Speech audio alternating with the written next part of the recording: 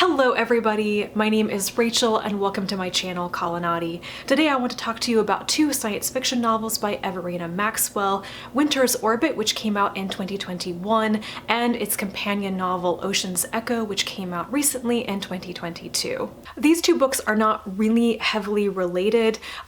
They just exist in the same world and reference some of the same events and world building, but I wanted to discuss them together because I found it really interesting reading them back to back that I was comparing them so much, and that Ocean's Echo actually directly addressed some of the things that I wish that Winter's Orbit had done to make it a stronger book, and I thought I would talk about that as well.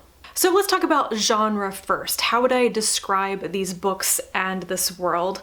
I think that this world is really space fantasy. It's definitely very science fictional. We're talking about like a galactic empire and wormhole technology. There are spaceships and space stations. It's very sci-fi.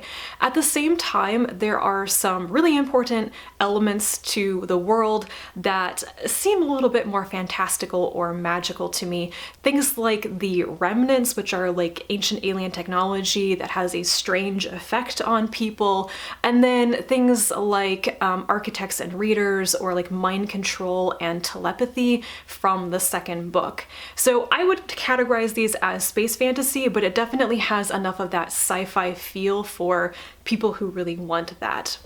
Winter's Orbit is definitely a science fiction romance. The romantic relationship between the main characters, their marriage, their relationship is front and center. That's kind of the point of the story, like why the story exists. So I would definitely say that that has the romance label on it. However, Ocean's Echo, despite also having a bit of a romantic subplot to it, I would say this one is just science fiction adventure. It is all about political intrigue and a brewing civil war. So they kind of have similar feelings to them.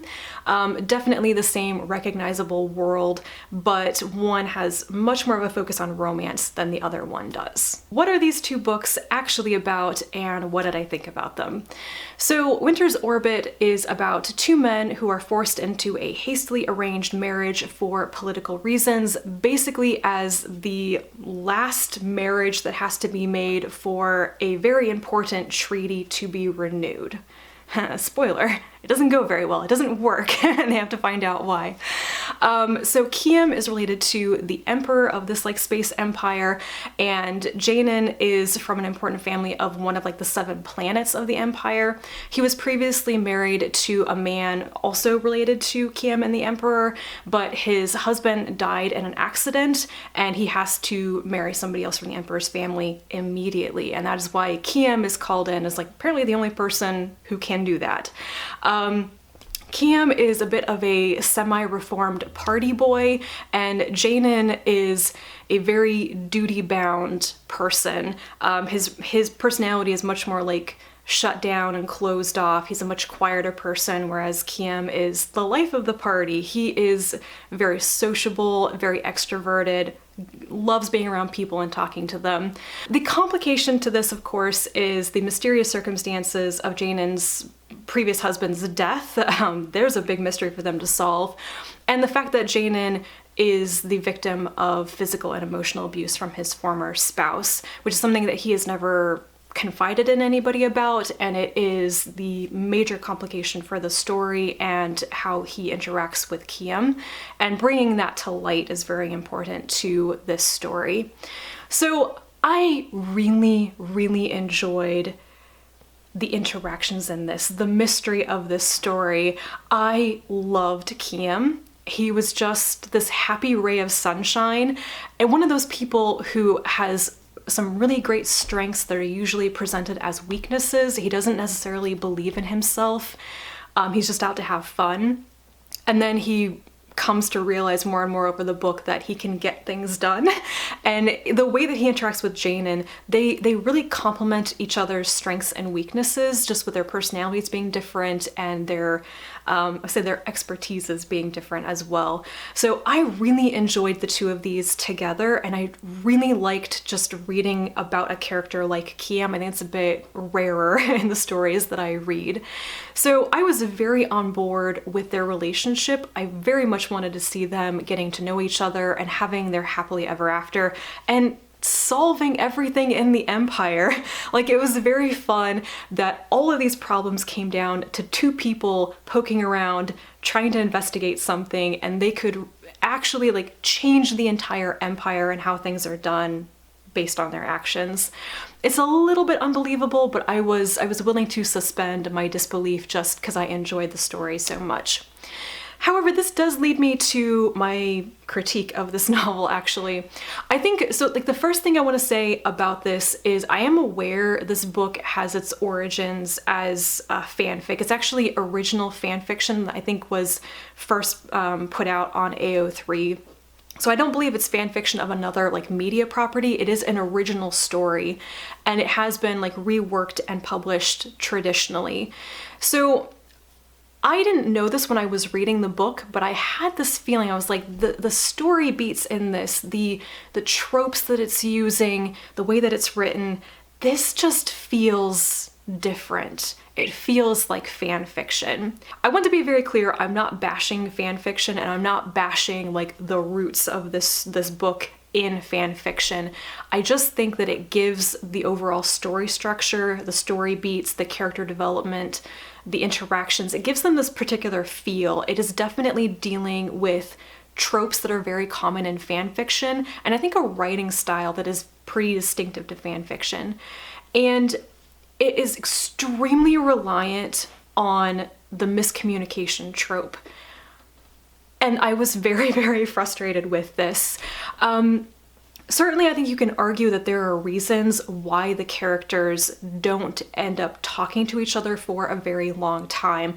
Primarily, Kiem is kind of naive. He's not very knowledgeable about some things. He doesn't recognize the signs of like abuse in his husband, and he doesn't question these things as much as somebody else might. So he doesn't bring things up, and then he feels very bad about like pressing on certain topics, so he always pulls back in conversations. Okay, that's believable enough. Jamin, of course, is never going to talk about anything because he is at an extreme disadvantage in most of the story.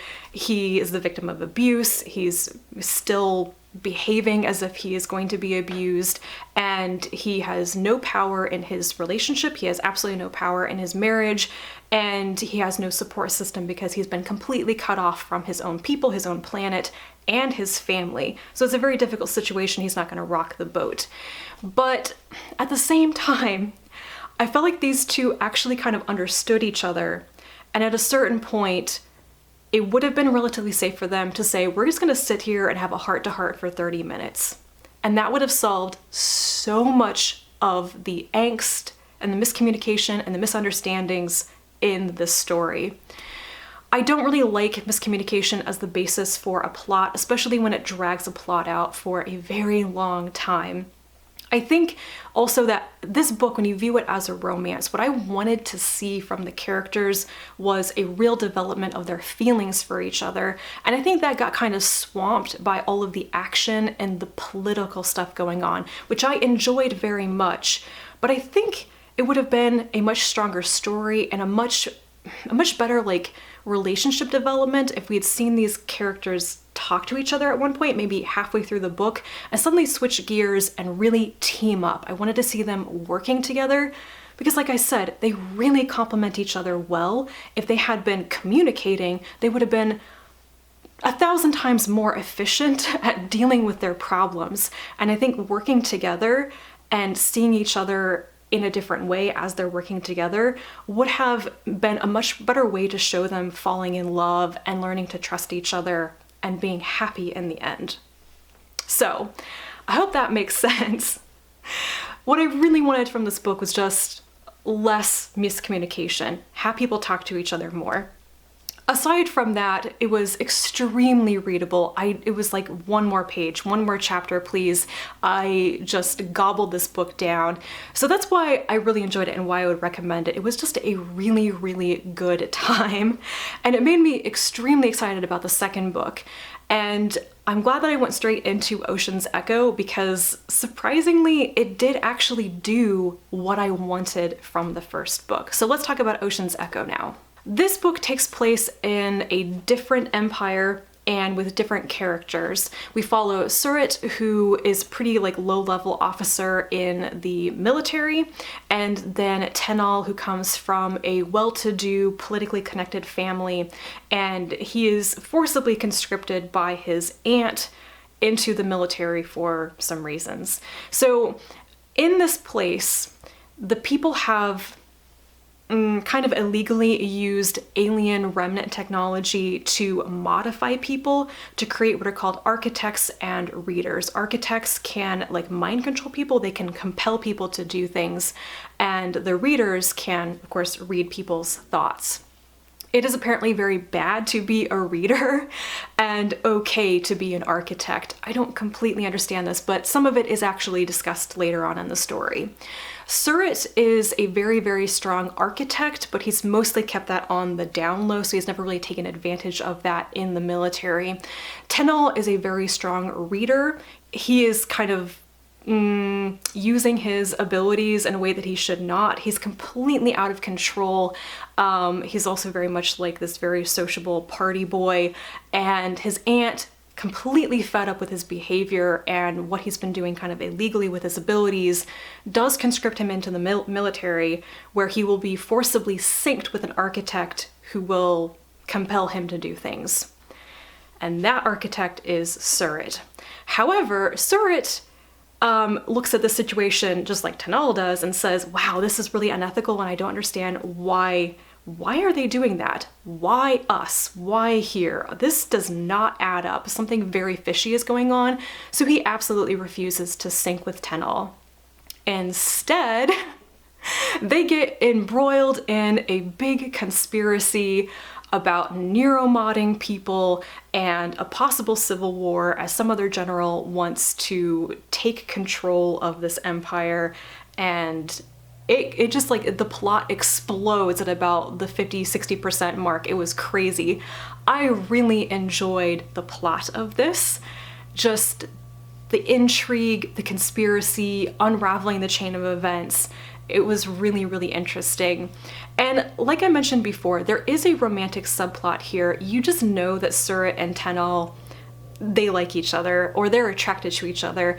They definitely admit their physical attraction to each other up front, but at the same time, Surratt is technically Tenal's commanding officer and puts the brakes on things. I think this was pretty good. They're trying to be ethical about it, even though Tenal has like no scruples whatsoever. He learns over the course of the book though. So that's kind of brewing in the background, but definitely not brought to the forefront until the very, very end of the book. But I think they had a pretty similar relationship dynamic to Kiem and Jaynin from the first book, but toned down somewhat.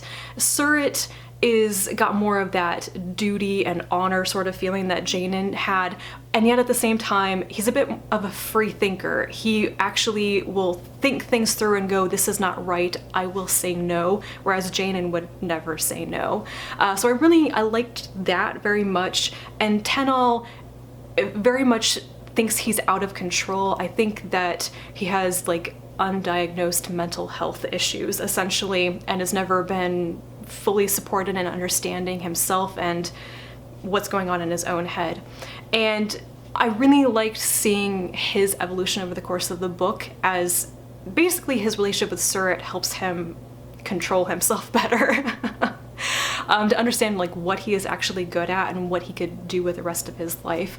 And he is definitely the more extroverted, flirty, be around people type of person like Kiem was in Winter's Orbit. So I enjoyed these characters together, and what I got out of this book that I said that I wanted from Winter's Orbit is them working together, because they absolutely have to. There's this sequence of the book where they're basically put in charge of like a part of a city, and they have to run like all the government stuff and take care of all of the requests from civilians and things, and they're really good at doing it. And I loved that. The supporting cast in this book was also really, really great. I really liked, what was their name? Istara. I really liked them. So just all the things, good characters, good plot. I think the only thing about this book that I didn't completely love were some of those extended sequences of like the synced experience between the main characters when basically their powers, their abilities really expand, and let's just say they're experiencing reality and the universe in a very strange, out of body sort of way. And I wasn't really digging those sequences. I can see why it was there, but it went on for a bit long. It was more like flowery purple prose that I really wanted to read, but So at the very end, I think it actually ended on a great note. It also ended in a way that I could easily see it picking up and talking about these characters again and what their next experience is, because surprisingly, I think it ended on a little bit of an open note. That not everything was completely settled between the characters and what had gone down politically on their planet. There could definitely be a part 2 to this story. I don't know if there will be. I think it's a satisfying enough ending that answers enough questions that it stands on its own. But there could be more, and I would definitely read that, especially if we get more of people being very competent at their jobs and working well together. I love reading about people being competent. I believe that's the end of my rambly thoughts on these two books. I enjoyed them both immensely, even though I've talked about their strengths and weaknesses. I think they're similar but really different in some key ways, and just overall really good and fun reads. So I would definitely recommend these. I think if you are looking for science fiction romance, or you just enjoy reading like queer romance in general, Winter's Orbit is a great pick. If that's not really your jam, then you can definitely jump straight into Ocean's Echo and enjoy it on its own and just get into all that political intrigue. I don't know if there will be any more books in this universe, but I'm definitely hoping for a third, and whatever Everina Maxwell writes next, I will probably try it as well. Let me know if you have read Winter's Orbit or Ocean's Echo. I would love to know your thoughts. Please leave them in the comments down below. Thank you so much for watching, and I'll be back to talk to you again soon. And until then, bye.